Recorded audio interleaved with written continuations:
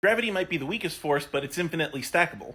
Well, every force is infinitely stackable. Like, you put two smaller magnets together, you get a bigger magnet with bigger magnetic force. You're not really talking about stackability here. What you're talking about is whether or not a force has counteracting forces. Like, the electromagnetic forces of most atoms in the universe are just directed in such a random way that they all kind of cancel each other out. But, like, your arm doesn't fall off because of electromagnetic forces. Asteroids and comets stick together not just because of gravity, but primarily due to electromagnetic forces. Like, yeah, if you have enough compounding mass, you could do crazy things with gravity, but if you have enough compounding anything, you could do crazy stuff with anything. The main thing here that a lot of people are missing is that even though negative mass could exist, like in the math of our laws of physics, we have never seen it. So there isn't like another force that's randomly pushing gravity in the opposite direction. The force of gravity is not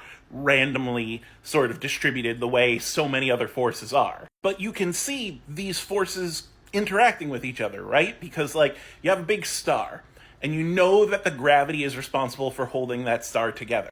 But the particles in that star, like the protons and electrons and the hydrogen atoms that fuse into helium and so on and so forth, they are encountering massive, massive, massive force from that sun's gravity, but they don't break apart. They don't break apart into quarks. The strong nuclear force of one particle is greater than all of the gravity of all of the stars. And furthermore, the reason why you don't see these other forces acting at very long distances is because they're so strong. If you tried to separate two quarks bound together by the strong nuclear force, then before they got any like massive distance away, they would dump so much energy into the system that new particle-antiparticle pairs would form. In a way, gravity can only act at the distances that it does because it is so weak. It would be really bad if the simple act of orbiting would cause like matter-antimatter explosions all the time, right? And if gravity was as strong as like the strong nuclear force,